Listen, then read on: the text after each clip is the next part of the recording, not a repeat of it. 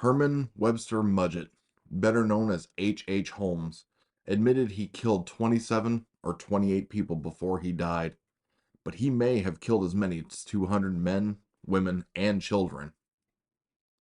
He was a con man, a bigamist, forger, grave robber, and designer of the murder castle he built in Chicago. He would claim his innocence when the law finally caught up with him, before changing his mind and claiming he was possessed by the devil. This is the dark, complicated story of the man they called the Beast of Chicago, one of America's first and maybe most prolific serial killers. Let's dig into this.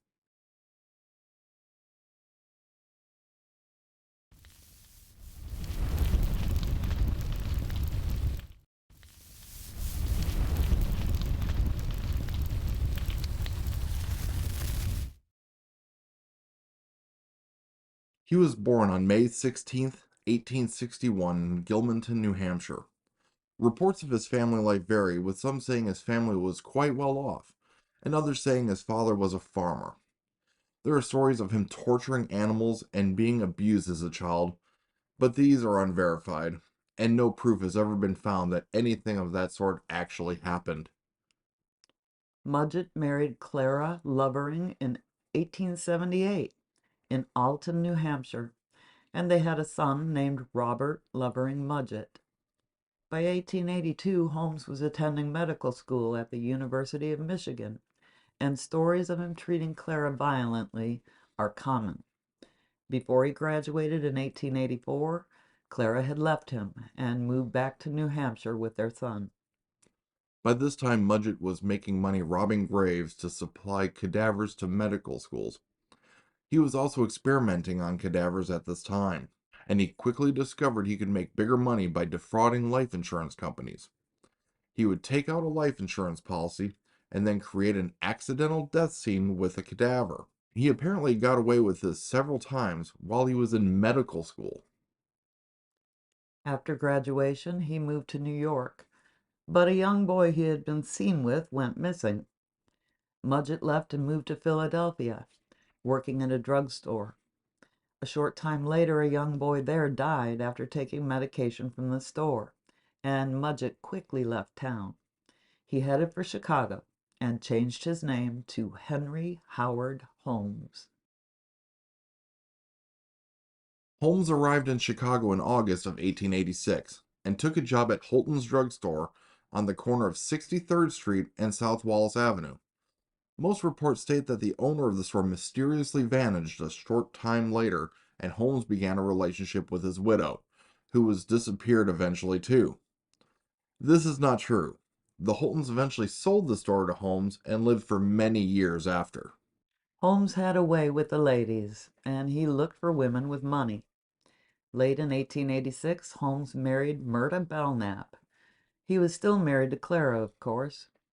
His daughter with Myrta, named Lucy Holmes, was born on July 4th, 1889 in Chicago. There is proof of 4 marriages, although there may have been more. He was married to 3 women at the same time. Once he owned the drugstore, Holmes bought an empty lot across the street and began construction in 1887 on a huge new building.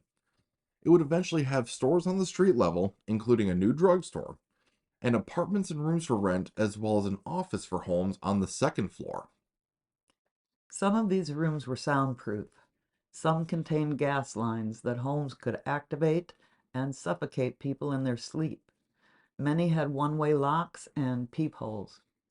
There was a torture chamber. There were doors that led nowhere. There were trap doors and chutes to the basement, which was reported to have a dissection lab and a crematorium. It was reported that Holmes would gas a victim, send the body down the chute to his laboratory, skin and dissect them, and sell the skeleton to medical schools. Or he would incinerate bodies in the basement after experimenting on them. Since Holmes often fired contractors and suppliers, he didn't have to pay them, and no one knew the whole macabre plan of the murder castle. In 1892, he added a 3rd floor he intended to use as a hotel during the World's Columbian Exposition. The expo was a stroke of luck for any con man. It ran from May to October of 1893 and attracted millions of visitors and performers. Special trains would take visitors to the grounds, and many women were starting to feel comfortable traveling alone or in small, unchaperoned groups on trains. There were spectacular crowds at the expo, and H. Holmes had a property he could use to make money and indulge his wildest fantasies. He placed ads in newspapers for his World's Fair Hotel, and people came. The first victim in Chicago may have actually been Julia Connor in 1891. She was the wife of an employee of the drugstore and had a young daughter named Pearl. When Julia and Holmes had an affair, her husband quit his job and moved away, leaving his wife and child to a gruesome fate. They disappeared on Christmas Eve, 1891. Holmes would later say Julia died during a medical procedure to end a pregnancy. Other reports say he tortured and killed her in the lab. It is suspected he poisoned little Pearl. EMELINE CIGRAND disappeared in December of 1892. She had started working for Holmes in May of that year and may have suffered the same fate for the same reason as Julia. A woman named Emily Van Tassel vanished from the murder castle too. In 1893, Minnie Williams came to Chicago and worked as Holmes's secretary, and by all reports fell head over heels in love with the smooth Dr. Holmes. When he discovered Minnie and her sister Annie owned property in Texas, Holmes had Annie come live with them. Eventually, Minnie and Annie signed over their properties to Holmes and promptly disappeared sometime in July of 1893. A Dr. Rustler had an office in the castle. He went missing in 1892. Kitty Kelly worked for a short time as Holmes's secretary before vanishing in 1892 as well. Mr. John G. Davis from Pennsylvania went to the Columbian Exposition and rented a room at the castle. He never made it home. Henry Walker from Indiana went to work for Holmes and took out a $20,000 life insurance policy, payable to his boss. He disappeared in November of 1893. Milford Cole from Baltimore went to see Holmes in July of 1894 and was never seen again. And Lucy Burbank disappeared from the castle too. Her bank book was found there in 1895. It was the only trace of Lucy ever found. Holmes insisted all his employees take out life insurance policies, naming him as beneficiary. He became quite good at forging documents relating to the bank accounts, insurance policies, or property of the victims, and, of course, take any personal items and cash the victims had. He managed to do all of this without getting caught. As many as 50 people who traveled to the Columbian Exposition and disappeared were reportedly traced by police to H. Holmes and the murder castle. Benjamin PITEZEL was a con man and petty criminal who became Holmes's right-hand man in the castle. It is suspected he knew everything about Holmes and his activities there, putting him in a very dangerous position. Shortly after the exposition ended, there was a fire on the third floor of the castle, probably set for another insurance fraud scheme. By this time, the insurance companies were very suspicious of H. Holmes and refused to pay. The pair decided it was time to get out of Chicago. During a short stint in a Missouri jail for trying to sell goods he didn't actually own, Holmes discussed a new plan for insurance fraud with his cellmate, train robber Marion Hedgepeth. The plan included taking a life insurance policy out on PITEZEL for $10,000 and then faking Peitzel's death. Hedgepeth agreed to help for a price. Pitzel told his wife Carrie about the plan and then went to Philadelphia to set up a fake office and swindle people looking to file patents. And when Holmes got out of jail in the fall of 1894, he went to Philadelphia too. Instead of finding a cadaver to use in the fraud scheme, Holmes killed Pitzel, reportedly knocking him unconscious and then setting them on fire. Carrie Pitzel received $500 from Holmes, along with promises that the plan was going smoothly, and he tried to get her to bring the children and travel with him to meet her husband. There were 5 Pitzel children, and 2 were sick at that time, so Carrie only allowed Holmes to take Alice, Nellie, and little Howard with him.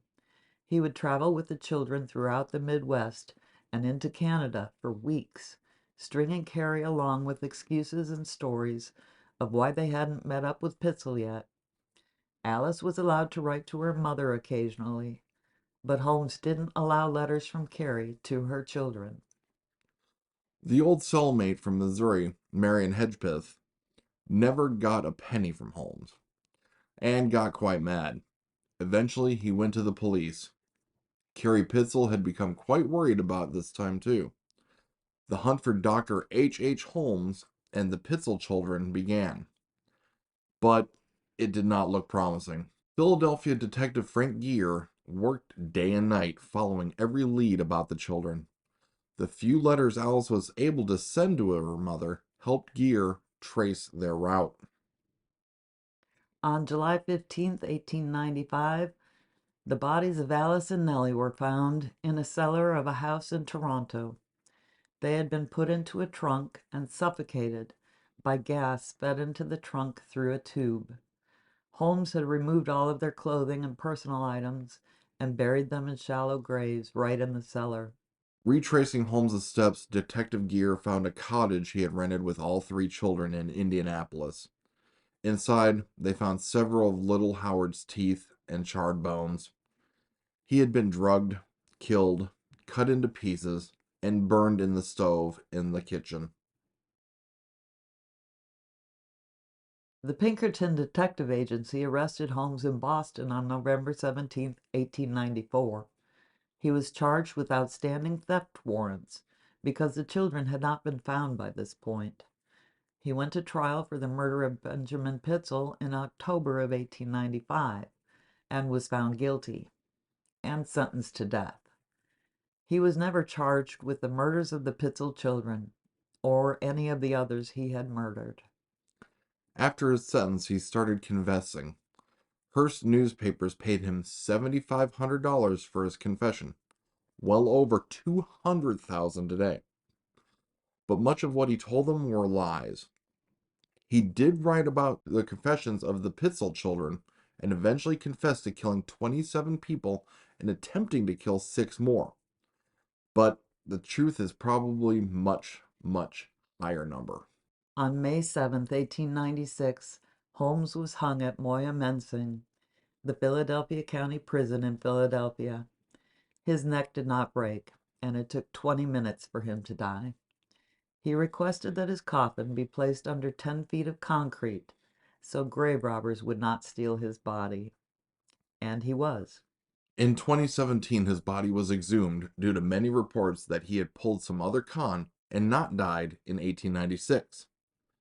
The concrete he had been surrounded by had protected his body, but investigators were not able to extract DNA. His identity was confirmed via his distinctive teeth. He was reburied in an unmarked grave at Holy Cross Cemetery near Philadelphia. The murder castle mysteriously burned in 1895. Investigators found gas cans under the back steps of the building. Part was rebuilt and used until 1938, when it was torn down for good. A post office now stands near the site where the Beast of Chicago killed so many of his victims. We hope you enjoyed this video. Please don't forget to like and subscribe. And we'll see you on the next one.